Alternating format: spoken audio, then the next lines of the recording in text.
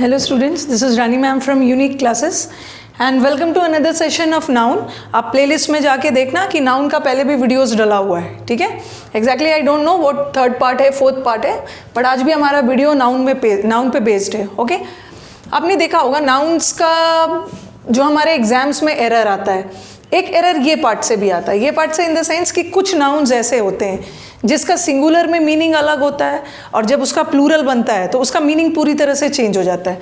जैसे आपने बॉय लिखा, बॉय भी नाउन है और बॉय का मैंने प्लूरल बनाया बॉयज़, इसका मीनिंग नहीं बदला. बॉय का मतलब लड़का, बॉय मतलब लड़के. जैसे मैंने लिखा टेबल, टेबल का भी प्लूरल बनाया टेबल्स, इसका मीनिंग चेंज नहीं हुआ. बट कुछ ऐसे नाउन्स है जिसमें एस लगता है तो उसका मीनिंग पूरी तरह से चेंज हो जाता है. तो today will be doing certain nouns which have one meaning in singular form and the other in plural form. कुछ ऐसे नाउन्स है जिसका सिंगुलर में मीनिंग अलग होगा और प्लूरल में मीनिंग अलग होगा, ठीक है. Now let us come to the words. We have the word spectacle. Spectacle का मतलब होता है साइट, व्यू, सीन, जिसको हम बोलते हैं नज़ारा. ओके, दृश्य, दृश्य के सेंस में. Okay, and what is spectacles. आप स्पेक्टिकल का मतलब ये मत सोच लेना कि स्पेक्टिकल का मतलब है नज़ारा और बहुत सारा नज़ारा हो, बहुत सारा दृश्य हो तो स्पेक्टिकल्स लग जाएगा.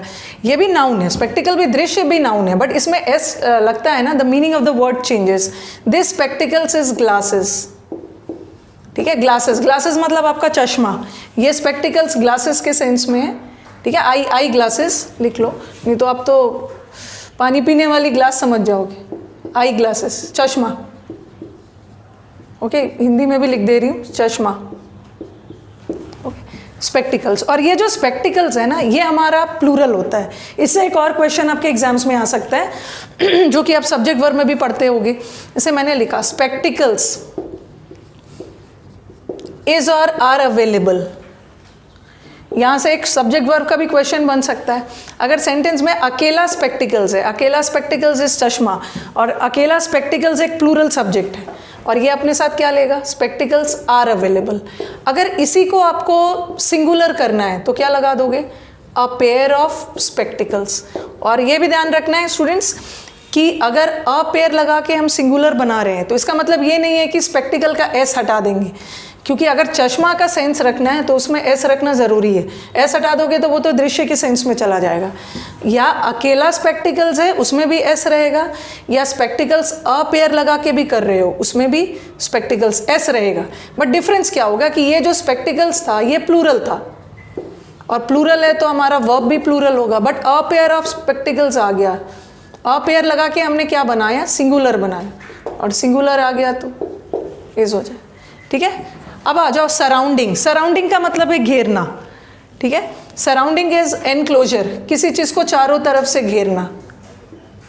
And what is surroundings. Surroundings का मतलब होता है आसपास का वातावरण. जैसे हम बोलते हैं बच्चों को अच्छे सराउंडिंग्स में रहने चाहिए, ठीक है. बच्चों को अच्छे एरियाज, आसपास के एरियाज अच्छे होने चाहिए, आसपास का वातावरण अच्छा होना चाहिए.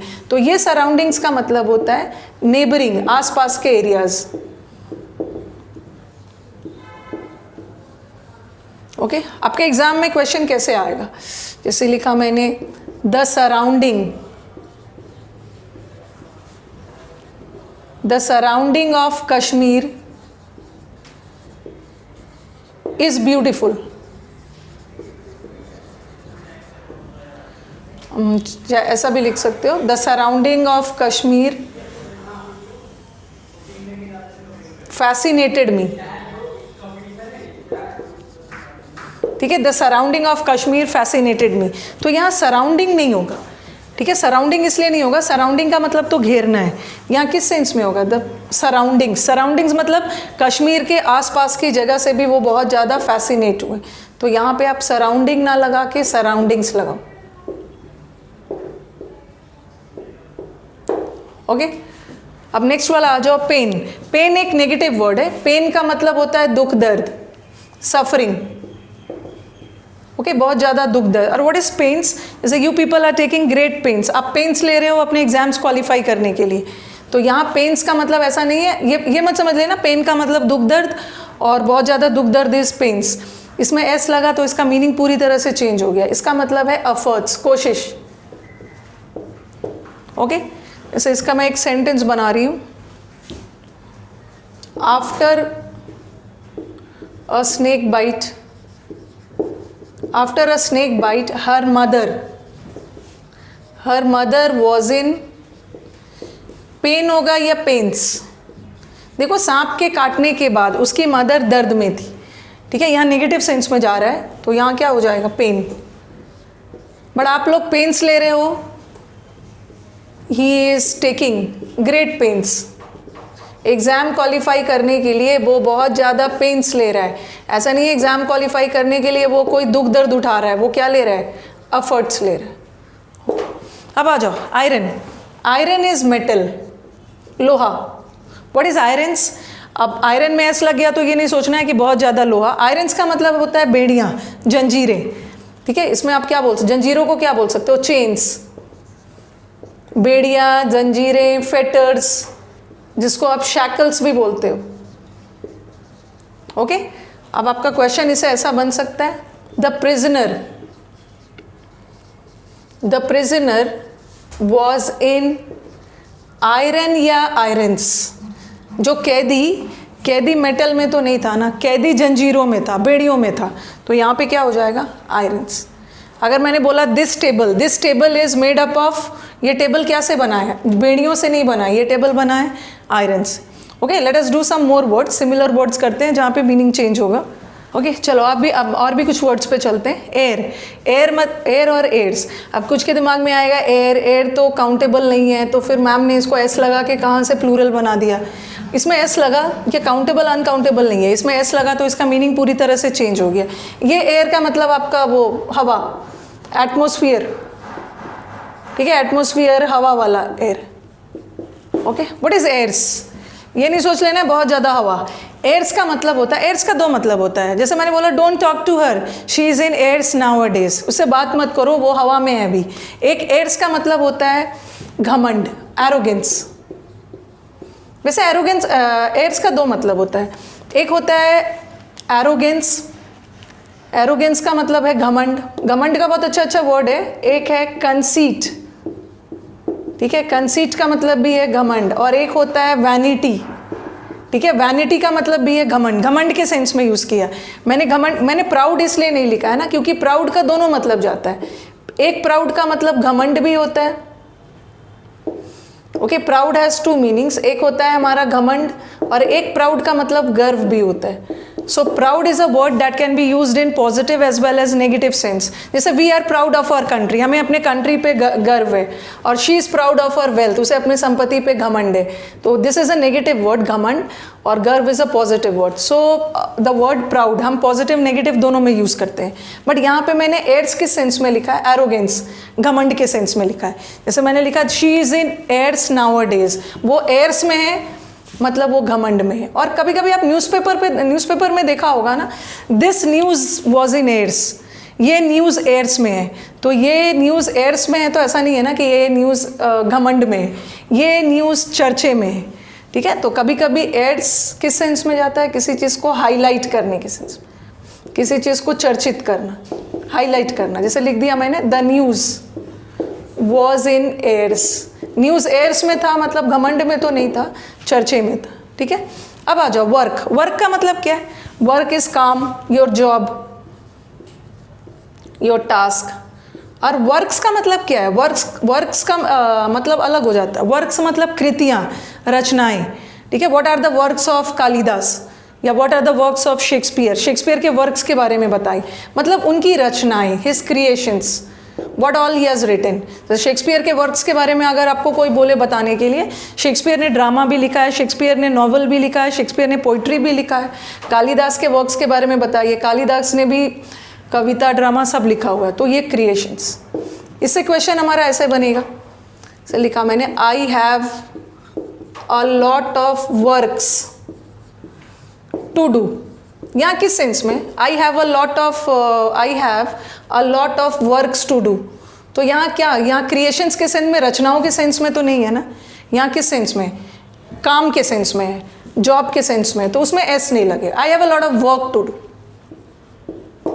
ओके, एंड फिर I like the works of Kalidas, मुझे कालिदास के वर्क्स पसंद है, मतलब उनकी रचनाएं, उनके कविता, उनका दोहा, उनका ड्रामाज एंड ऑल, ठीक है। वुड का मतलब क्या है, जैसे this table is made up of would, would is a material, ठीक है। यहाँ वुड को मटेरियल के सेंस में लिखा गया, मटेरियल एक लकड़ी, बट इसमें एस लग जाता है ना, द मीनिंग चेंजेस। वुड्स का मतलब होता है जंगल, फॉरेस्ट, उसको प्लूरल सेंस में यूज करते हैं, ओके।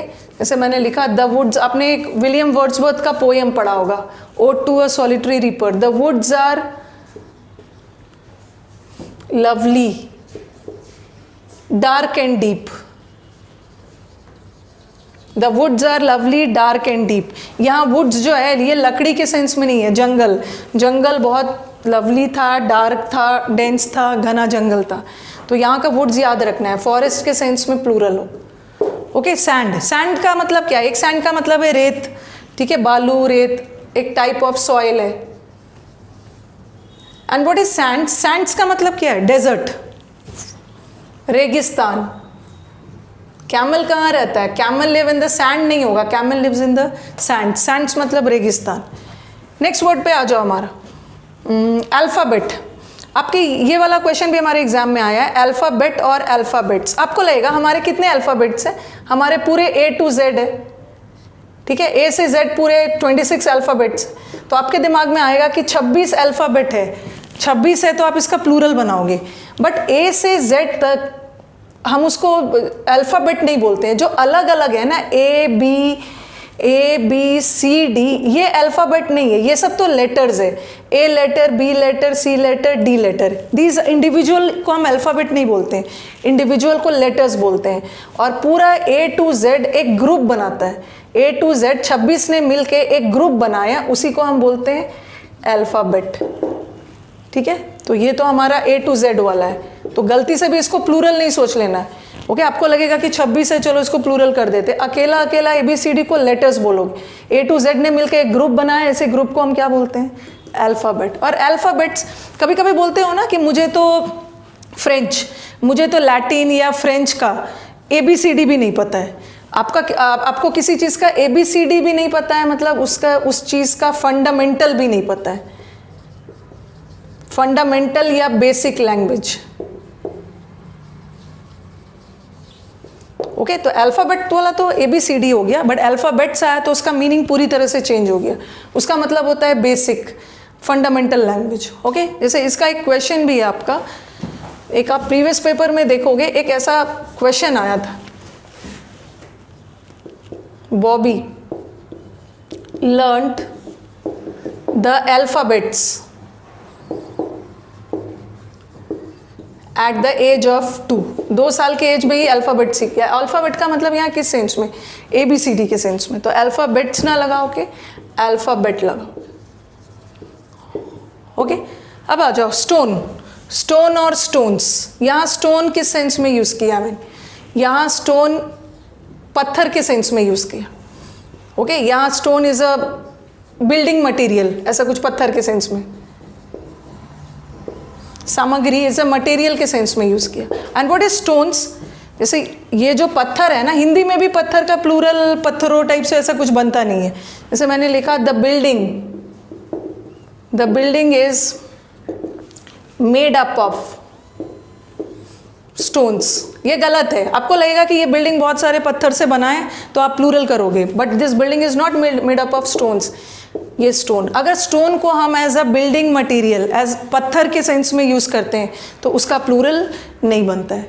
बट ये स्टोन्स का मतलब क्या होता है, ये स्टोन्स का मतलब होता है रत्न, जैसे दीज आर प्रेशियस जेम्स, बहुमूल्य रत्न। जैसे स्टोन्स है ना, बहुत सारे स्टोन्स है हमारे, एमराल्ड, टोपाज, ये सब स्टोन्स है, तो ये स्टोन्स का मतलब है प्रेशियस जेम्स। तो बिल्डिंग जो हमारा है वो प्रेशियस जेम्स, या हिंदी में लिख सकते हो रत्न, ओके। स्टोन्स का मतलब है हमारा प्रेशियस, बहुमूल्य रत्न। तो ये बिल्डिंग रत्न से तो नहीं बना है ना, स्टोन पत्थर से बना हुआ है, तो यहाँ पे ये लगा। और ठीक है, बच्चों का क्वेश्चन होता है मैम जो किडनी स्टोन्स होते हैं किडनी स्टोन्स में भी ये पत्थर नहीं है, यही वाले स्टोन्स है, वहाँ तो मीनिंग अलग चला। ओके, तो होपफुली आप स्टूडेंट्स को समझ में आया होगा कि कुछ नाउन्स जो प्लूरल जाता है उसका मीनिंग चेंज होते जाता है, ठीक है। और अपने कमेंट्स तो देते रहना। नाउन का जैसा आया था, टेंस भी आपको जल्दी मिलेगा। Maximum majority of students are demanding for tense. और मैंने पहले भी बताया कि अभी मैं टेंस से जितने रीसेंट क्वेश्चंस आए उसको लेके आऊँगी और उस सेंटेंस के थ्रू ही आपको टेंस समझाऊँगी, ठीक है। चलो अब मिलते हैं नेक्स्ट वीडियो में। Thank you.